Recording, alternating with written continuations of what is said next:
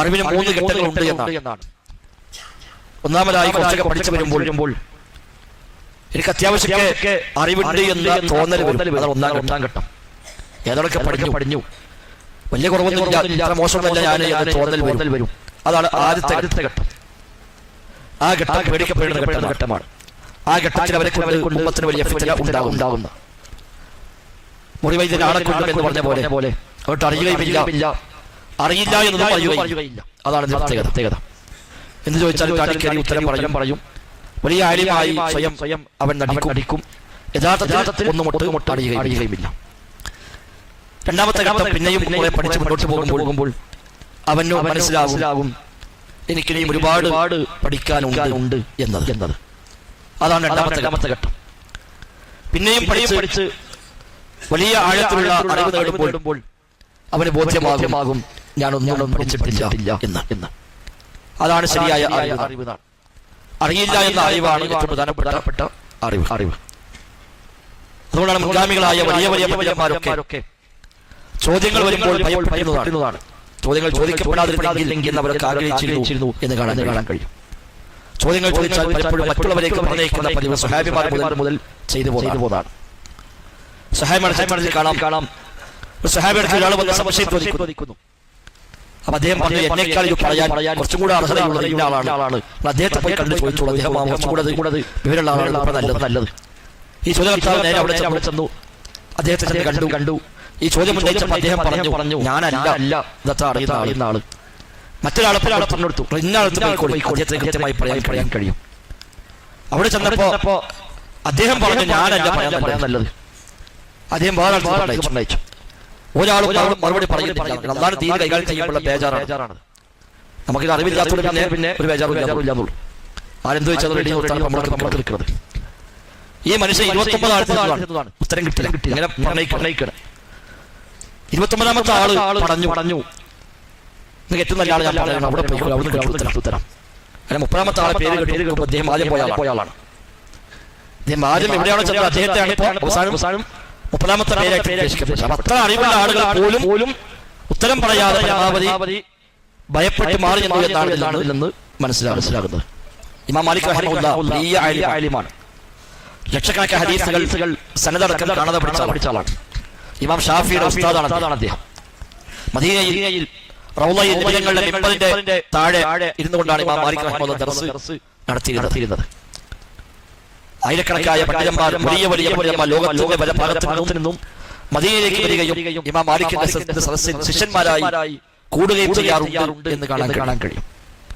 ഇമാം ഷാഫി അടക്കം ഇമാം മാലിക്കിനെ പഠിക്കാൻ ആഗ്രഹിച്ചുകൊണ്ട് മക്കയിൽ നിന്ന് യാത്ര പോയി ഇമാം മാലിക്കിന്റെ ദർസിൽ ചേർന്ന ആളാണ് ഇമാം ഷാഫി റഹിമഹുല്ലാഹ്. ആ ഇമാം മാലിക്കിന്റെ സദസ്സിൽ 48 ചോദ്യങ്ങൾ വന്നപ്പോ 32 ചോദ്യങ്ങൾക്ക് അദ്ദേഹം കൊടുത്ത മറുപടി എനിക്കറിയാം. എനിക്കറിയാം. 16ാണ് ആകെ ഉത്തരം പറഞ്ഞത്. അത് തന്നെ ഉത്തരം പറഞ്ഞ അദ്ദേഹം പറയുമായിരുന്നു നമ്മുടെ ധാരണപ്രകാരം പറയാണ് എനിക്ക് ഉറപ്പില്ല എന്ന് അദ്ദേഹം കൂടെ പറയുമായിരുന്നുവെന്നാണ്. ഒരിക്കലും അദ്ദേഹം ചോദിക്കുന്നുണ്ട് എത്ര വലിയ പണ്ഡിതനായിട്ട് ആളുകൾക്ക് സംശയം ചോദിക്കുമ്പോൾ എനിക്ക് അറിയാതെ പറയാൻ മടിയില്ല നിങ്ങൾക്ക്. അദ്ദേഹം ചോദിച്ചു ഞാൻ എന്തിനാ മടിക്കണം? മലക്കുകൾ പറഞ്ഞ മറുപടിയാണല്ലോ അത്. സുബ്ഹാനക ലാ ഇൽമ ലനാ ഇല്ലാ മാ അല്ലംതനാ.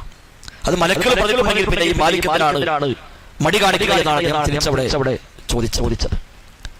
ചോദിക്കുന്ന എല്ലാ ചോദ്യങ്ങൾക്കും ഉത്തരം പറയണമെന്ന് ഒരാൾ ആഗ്രഹിക്കുന്നുവെങ്കിൽ തന്റെ ശരീരത്തിൽ നരകത്തിലും സുഖത്തിലും എതിരേക്ക് പോകണമെന്നാണ് തീരുമാനിച്ചോട്ടെ. എന്നിട്ടും മതി അവന്റെ ആ ഒരു രാവിലെ എന്നാണ് ഇബ്നു അബ്ദുൽ ബർ റഹിമഹുല്ലാഹ് അദ്ദേഹത്തിന്റെ ജാമി ബയാൻ എന്ന കിതാബിൽ രേഖപ്പെടുത്തി വെച്ചത്.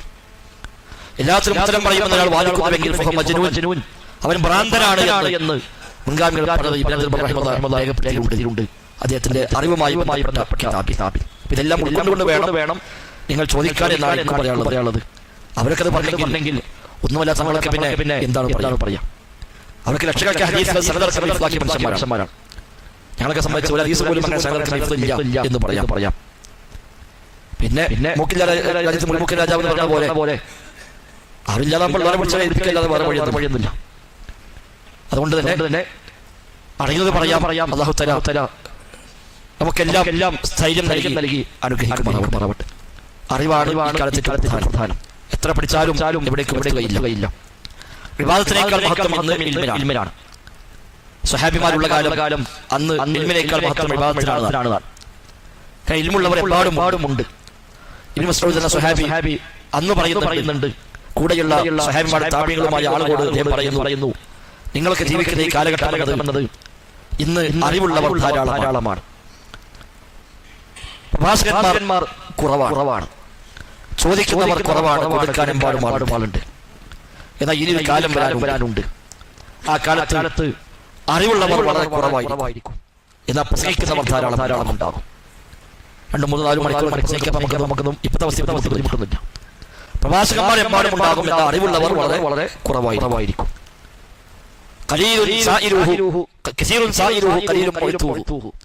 അത് ചോദിക്കുന്നവർ ധാരാളം ഉണ്ടാകും, നൽകുന്നവർ കുറച്ചേ ഉണ്ടാവുള്ളൂ.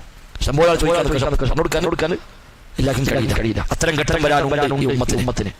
അന്ന് അറിവിനാണ് വിവാദത്തിനേക്കാളും മഹത്വമുള്ളത് എന്ന് ഇബ്നു മസ്ഊദ് പറയുന്നുണ്ട്. അവിടെ ജീവിക്കുന്നത് പ്രസംഗിക്കാനും ക്ലാസ്സിനും ഒരാളുണ്ട്. പക്ഷെ സംഗതി ചോദിച്ചാൽ വ്യക്തമായി പറയാൻ കഴിയുന്ന ആളുകൾ വളരെ മോശമാണ്. അതുകൊണ്ട് തന്നെ നമ്മളൊക്കെ പഠിക്കണം, ധാരാളമായി പഠിക്കണം. ചോദിച്ചും കേട്ടും പഠിച്ചും അറിഞ്ഞും തന്നെയാണ് ദൈവത്തെ ക്രമീകരിക്കേണ്ടത്. ഇന്ന് റബ്ബ് തന്ന നിഅമത്ത് പഠിക്കാൻ ഒരുപാട് സാഹചര്യമുണ്ടാണ്. മുൻഗാമികൾ ചെയ്തു വെച്ച സേവനങ്ങൾ ഇന്നത്തെ ടെക്നോളജി ഉപയോഗിച്ചുകൊണ്ട് നമുക്ക് ലഭ്യമാക്കാൻ സൗകര്യമുണ്ട്. ഇമാം ബുഖാരി റഹിമഹുല്ലാഹ് സ്വഹീഹ് ബുഖാരി എന്ന കിതാബ് ക്രോഡീകരിക്കാൻ വേണ്ടി 16,000 കിലോമീറ്ററാണ് സഞ്ചരിച്ചത് ആ കാലത്ത്. ഇന്ന് ആ സ്വഹീഹ് ബുഖാരി നമ്മളെ മൊബൈൽ ഫോൺ സെർച്ച് ചെയ്ത് നമുക്ക് കിട്ടും. ഒരു മുടക്കില്ല.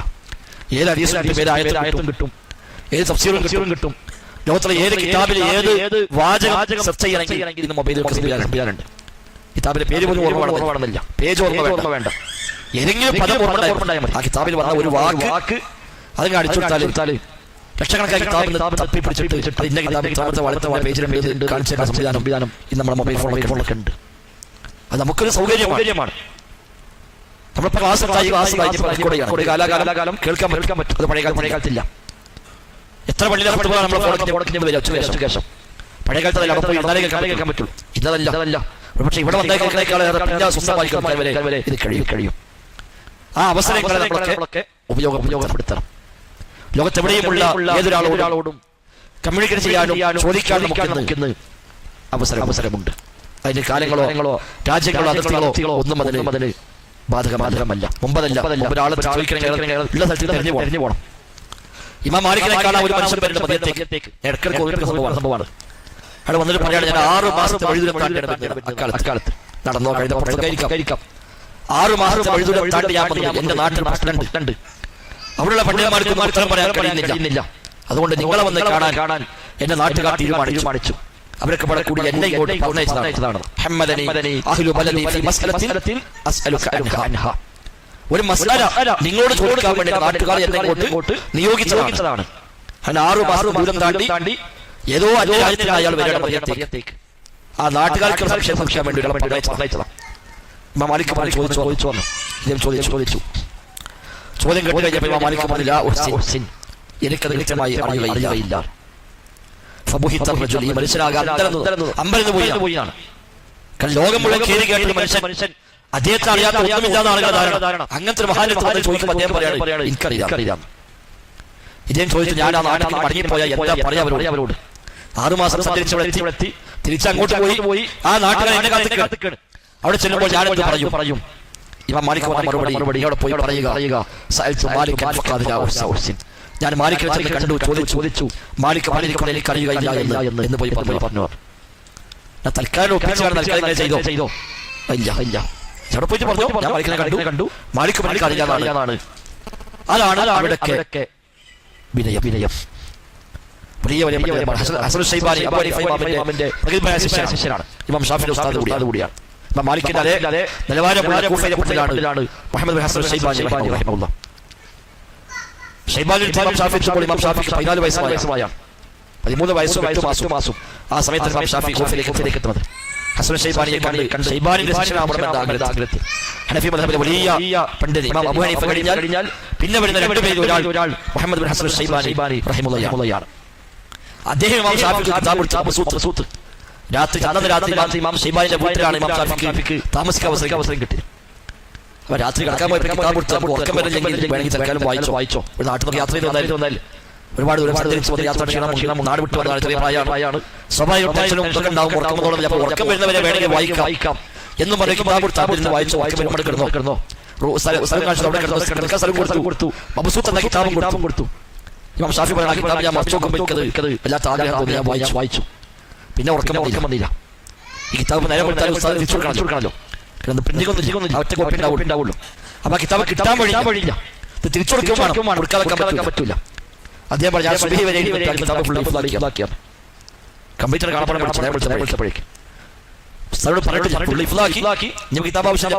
കാണപ്പെടാണ്. പിന്നെ ആ ഉസ്താദിന് മസാല പറഞ്ഞപ്പോ അപ്പൊ ഈ കുട്ടി അങ്ങനെയുള്ളത്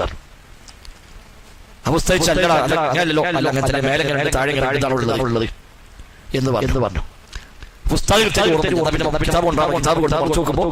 ഈ കുട്ടി അപ്പൊ ഉസ്താദിന്റെ വിലയാണ്. അപ്പൊ എനിക്കത് ആദ്യം തന്നപ്പോ ഞാനാണ്ട് ഇഫ്ലാഖിയാണ്.